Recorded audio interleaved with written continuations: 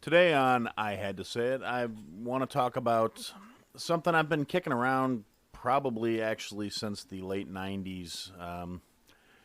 And in the early 2000s, it became a more solid concrete idea. And this is actually something I'm going to probably make a regular reoccurring segment where it's going to be new things talked about in the same thread. And basically, this whole idea started a long time ago. I decided I was going to sit down and I was going to write a guidebook for surviving when you first move out of your parents' house, whether it be in a dorm room or a college situation, or just moving out and getting your own place. Particularly when you were not exactly flush with resources. I mean, little things, tips, tactics, ways to stretch your dollar, things that you may want to know that will provide some sort of ease or comfort or quality of life that may not necessarily be something you're used to, having come out from the situation of living with your parents and having the resources of having, adults with, moderate to who knows how well income. I mean, everybody's situation is different.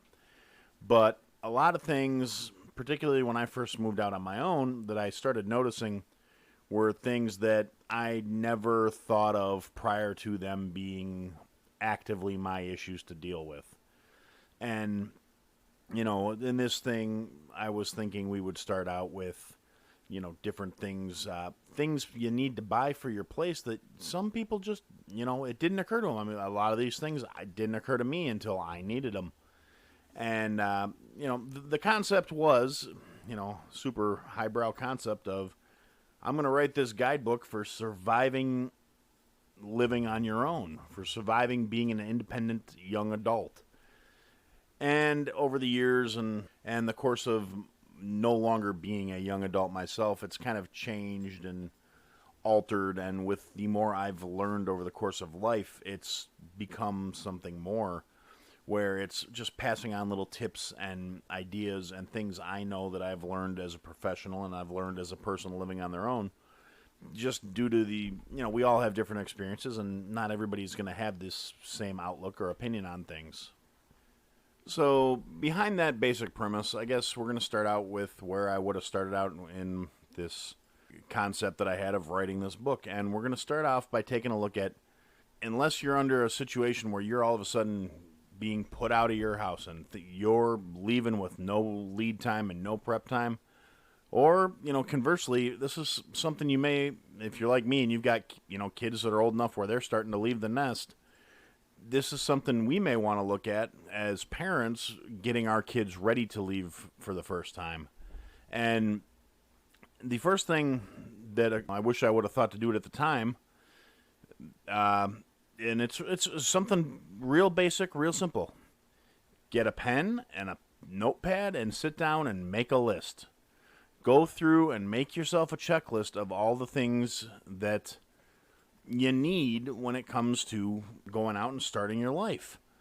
And, obviously, as people that are at different stages in our life, we have different necessities. And realistically, what we're talking about here is the core items you need to get along. And that list will vary somewhat depending on the situation.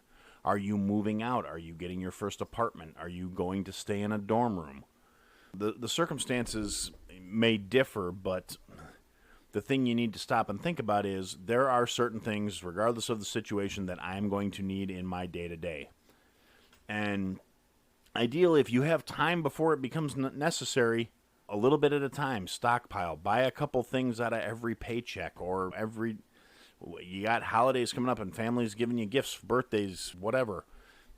Use that opportunity, leverage it, get something. Ask for that coffee pot. Ask for a pan or some knives or the things you're going to need to get functional in your day-to-day life so you can live and have some quality to your life instead of walking through every time you want to do something realizing you don't have the things you need to do the things you need to do. And a lot of these things are going to come up, and it's going to be kitchen things. First time you're really trying to prepare yourself meals in your own place, and you're not going to have things that you take for granted when you're at your parents' house. Otherwise, little things throughout the house that just make it homey and more comfortable and more useful and functional. And being as I am primarily a food guy, and kitchen is where I spend the bulk of my time, and even when I moved into my first place, and I spent a lot of time in the kitchen because I was trying to do the best I can with what I had, and there were so many things that could have just made it that much easier. And so first and foremost, I guess we're going to start with a list of suggested items that everybody should have when they're moving into their first place. And we're going to start out with the kitchen. We'll work our way through the house. And we'll try and differentiate between necessities and nice things to have, but they're not. At the end of the day, if you don't have them, it's not going to change things a whole lot. It might just make things a little more dull. So that being said, we'll start out with the list of some things everybody should have in their kitchen when they first move out. We're gonna try and cover everything here. So if you think I'm stating some unnecessary stuff, or it's one of those you're like, duh, Aaron, no kidding, just bear with me. First off, we're gonna say dishes. Real basic. Doesn't have to be anything fancy. You can go to pretty much any big box store out there and you can get a set of 4-place settings with a dinner plate, a salad plate, a soup bowl, and usually a mug. For whatever reason, they love to match coffee mugs with those sets. And it'll be, $10-15 for 4-place settings worth. For your average person moving out into their first place, that's plenty. That'll get you through just fine. And while you're there, grab yourself a set of, usually you can get 4 tumbler-sized glasses. If you want actual glass ones, you can get a 4-pack. It's usually $8 or $9. You want to look for something thick-walled and heavy. Particularly if you're younger and you're going to be having your friends over and things get trashed. If you're moving in a dorm, I can't stress this enough, get plastic. You don't want glasses, you don't want porcelain, plastic. Plastic is your friend. But if you're moving into an apartment, spend the extra couple bucks, get some nice glassware. Get a bottle of dish soap. Get scrubbing sponges, the ones that are sponge on one side and they got a little scrubby pad on the back. Get a package of those. You're going to need them. Get a small package of SOS pads, the steel wool with the soap mixed in it. It comes in handy for cleaning more than just dishes. And they come in super handy for all kinds of stuff. And if you're ever in a real pinch and the power's out, you can actually use them to start a fire if you got a 9-volt battery with you. Get a dish draining rack with the tray that goes underneath it to set next to the sink to wash your dishes in. If you're not doing a ton of stuff, and especially if you don't have a dishwasher, you're going to want the rack. It makes things a lot easier. And don't forget the tray. The tray goes under the dish rack. It's got a little lip on it that it's tilted. The lip hangs over into the sink, so the water that drips off of your dishes runs back into the sink and not all over your counters and onto your floors and becomes a slipping hazard and all kinds of other stuff. Join me, 48 Hours correspondent Erin Moriarty, on my podcast, My Life of Crime, as I take on true crime investigations like no other. This season, I'm looking into the labyrinth of crime and secrets within families. I'm cutting straight to the evidence and talking to the people directly involved, including investigators and the families of victims. Listen to My Life of Crime with Erin Moriarty wherever you get your podcasts. Beyond that, get a small set of silverware. Usually, again, you can get 4 or 8 place settings in a set. Splurge a little bit on this one. The cheap ones, the handles crack, they break, they bend when you're trying to cut stuff. They have unmilled, unmachined edges on the forks and the spoons, and you can cut the hell out of the inside of your mouth. Spend a few extra bucks, get a halfway decent set, $15, $20, you're good to go. And also in terms of utensils, get a set of measuring spoons. It's pretty standardized. You can get metal ones, you can get plastic ones. Do not get the all-in-one sliding adjustable measuring spoon. You have to take it apart to clean it properly. Pieces can get lost. If you put it in the dishwasher, if you have a dishwasher, they can wind up getting blasted out by the dishwasher jets and you'll never find the piece, and then you got a one-size scoop. And like I said, most people don't clean them properly. They're disgusting. Also, in that note, a set of measuring cups.